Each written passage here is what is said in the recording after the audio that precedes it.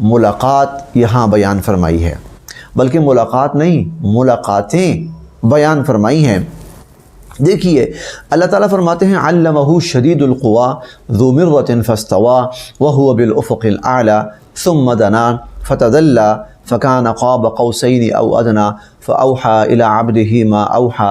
ما كذب الفؤاد ما راى افتمارونه على ما يرى ولقد رآه نزلة اخرى عند سدرة المنتهى عندها جنة المأوى اذ يغشى السدرة ما يغشى ما زاغ البصر وما طغى لقد رأى من آیات ربہ الکبریٰ۔ یہ حضور صلی اللہ علیہ وسلم اور حضرت جبرائیل امین کی دو ملاقاتوں کا تذکرہ ہے۔ ایک ملاقات اسی دنیا کے اندر ہوئی ہے، حضور علیہ السلام نے ان کو دیکھا اور بہت قوی ہیکل فرشتہ، بہت قد و قامت والا، ایسے کہ جیسے ان کے پیچھے سارا آسمان چھپ گیا تھا، سر جیسے آسمان کے ساتھ ہو اور پاؤں جیسے زمین کے اندر جا رہے ہوں، 600 بازو اور پر۔ اس طرح جبرائیل امین کو دیکھا، دنیا میں دیکھا، اور ایک مرتبہ دیکھا۔ اللہ تعالیٰ فرماتے ہیں جب معراج کی رات حضور علیہ السلام آسمان پہ تشریف لے گئے تھے تو عند سدرۃ المنتہا عندہا جنۃ المأویٰ، سدرۃ المنتہا کے پاس حضور صلی اللہ علیہ وسلم اور حضرت جبرائیل امین کی ملاقات ہوئی۔ یہاں پر اللہ فرماتے ہیں فَأَوْحَى إِلَىٰ عَبْدِهِ مَا أَوْحَى،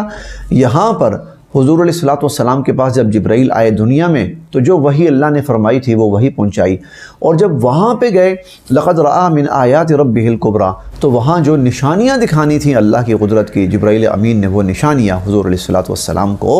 سکھائیں۔ تو یہ ایک بڑا عجیب منظر ہے جو اللہ رب العزت نے بیان فرمایا، اور اس کے اندر اللہ تعالیٰ نے جو سند ہے اس کو بیان فرمایا۔ سند کہ حضور علیہ السلام کے پاس جو وحی آتی ہے وہ فرشتہ لے کے آتے ہیں،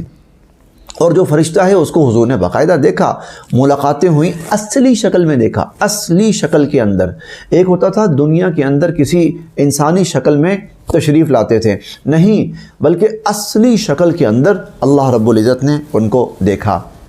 اور جبرائیل امین جو وحی لے کے آتے ہیں تو وہ اللہ رب العزت کی طرف سے ہوتی ہے، ان ہوا الا وحی یوحیٰ۔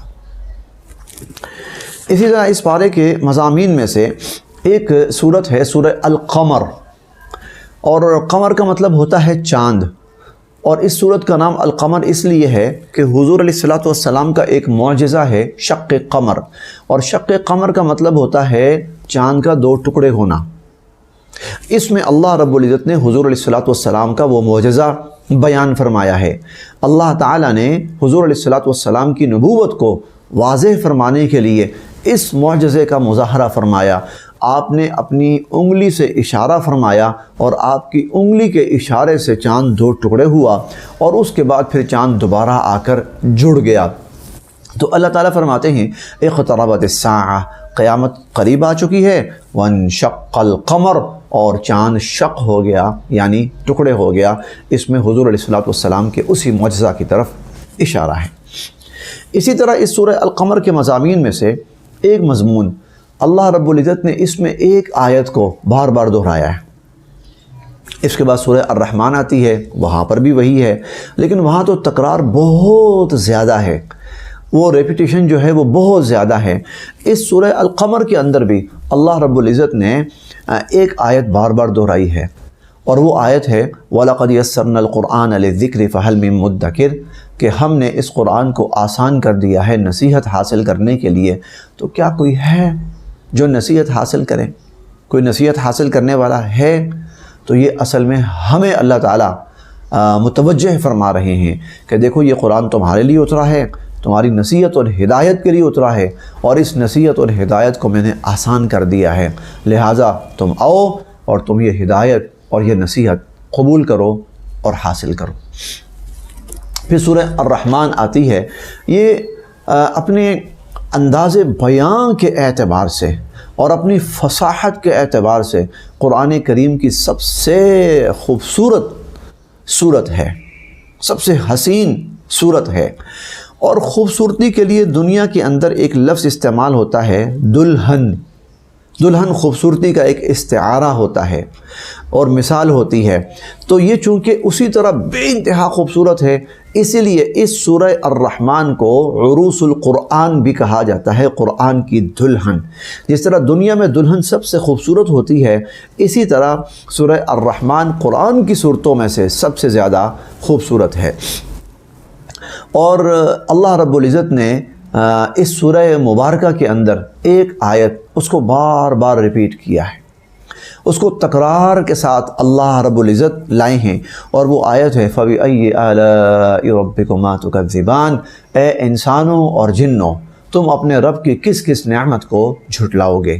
اس آیت کی ایک خوبی یہ بھی ہے، اور انفرادیت بلکہ کہنا چاہیے یہ بھی ہے، کہ اس میں پوری صورت میں اللہ رب العزت نے انسانوں اور جنوں کو براہ راست اور اکٹھا مخاطب فرمایا ہے۔ قرآن کریم میں اور جگہ بھی آتا ہے، یا معشر الجن والانس آتا ہے، لیکن کہیں کہیں آتا ہے، اور اتنی تکرار کے ساتھ اور اتنے اہتمام کے ساتھ صرف سورہ الرحمن کے اندر آتا ہے۔ یہ بتاتا ہے کہ انسان اور جن دونوں اللہ رب العزت کی طرف سے مکلف ہیں، اللہ کے احکامات پر عمل درآمد کرنے کے پابند ہیں۔ پھر آگے صورت آتی ہے سورہ الواقعہ۔ سورہ الواقعہ بھی قرآن کریم کی بڑی اہم صورتوں میں سے ہے، اور اس سورہ الواقعہ کی حضور صلی اللہ علیہ وسلم نے ایک فضیلت یہ ارشاد فرمائی کہ جو شخص روزانہ سورہ الواقعہ کی تلاوت کرتا ہے، اللہ رب العزت اسے ہر قسم کی فقر و فاقہ سے اور رزق کی تنگی سے محفوظ فرما دیتے ہیں۔ اسے اللہ پاک رزق کی تنگی نہیں ہونے دیتے۔ حضرت عبداللہ ابن مسعود رضی اللہ تعالی عنہ بڑے جلیل القدر صحابی ہیں، اور ان کی نرینہ اولاد نہیں تھی، بیٹیاں تھیں۔ جب ان کا آخری وقت آیا، انتقال بالکل قریب، تو جو گورنر تھا مروان بن الحکم، وہ ان کی عیادت کے لیے آیا، اور اس نے کہا کہ میں یہ چاہتا ہوں کہ آپ کے جانے کے بعد ظاہر ہے آپ کی جو بچیاں ہیں ان کا کوئی ذریعہ معاش نہیں ہوگا، تو میں یہ چاہتا ہوں کہ ان کے لیے کچھ وظیفہ مقرر کر دوں تاکہ عزت و آبرو کے ساتھ گھر بیٹھے ان کی ضروریات پوری ہوتی رہیں۔ حضرت عبداللہ ابن مسعود رضی اللہ عنہ نے بڑا ہی ایمان افروز جواب دیا، یعنی صحیح معنوں میں قرآن کریم پر اور اللہ کے احکامات اور حضور علیہ الصلوۃ والسلام کی تعلیمات کے اوپر یقین جو ہے وہ انہوں نے ظاہر فرمایا۔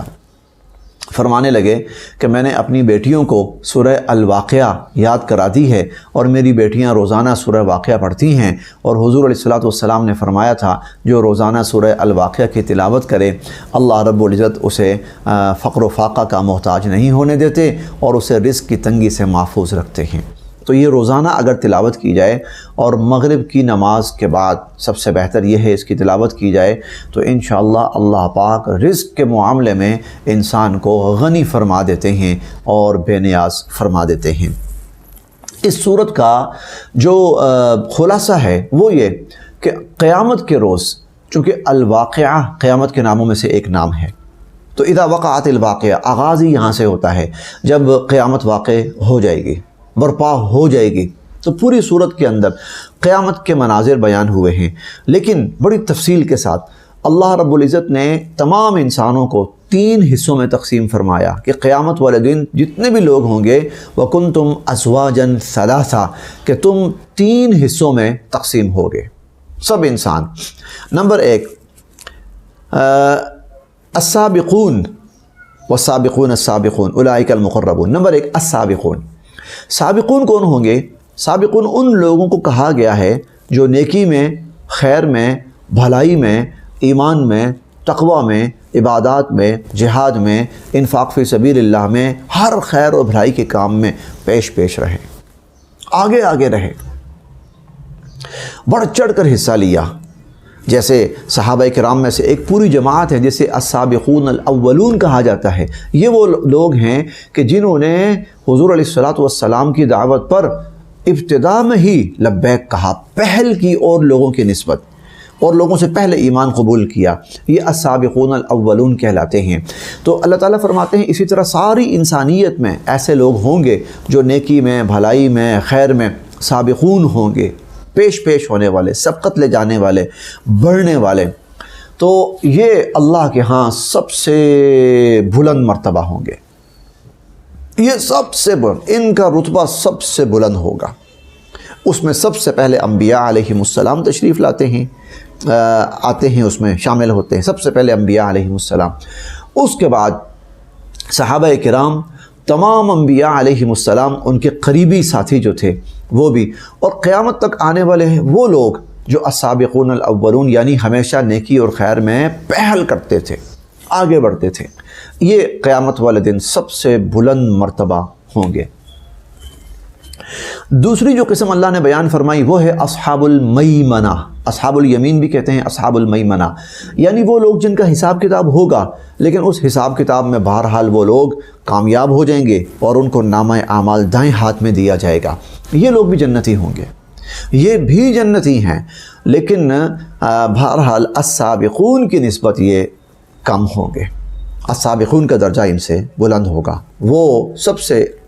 بلند درجہ ہوں گے۔ اس کے بعد اصحاب الیمین، جن کو بھی دایاں نامہ اعمال دائیں ہاتھ میں ملا، یعنی یہ جنتی ہیں، یہ دوسری قسم ہوگی۔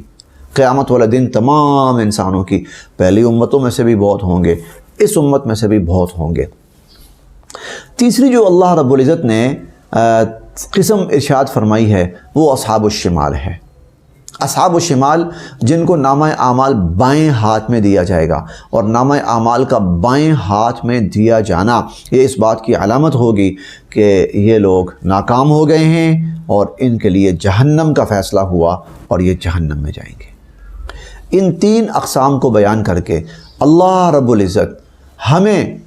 جو نصیحت کرنا چاہتے ہیں وہ یہ، کوشش کرو سابقون کے اندر تمہارا شمار ہو، تاکہ اللہ جب نوازیں تو تمہیں سب سے زیادہ نوازیں،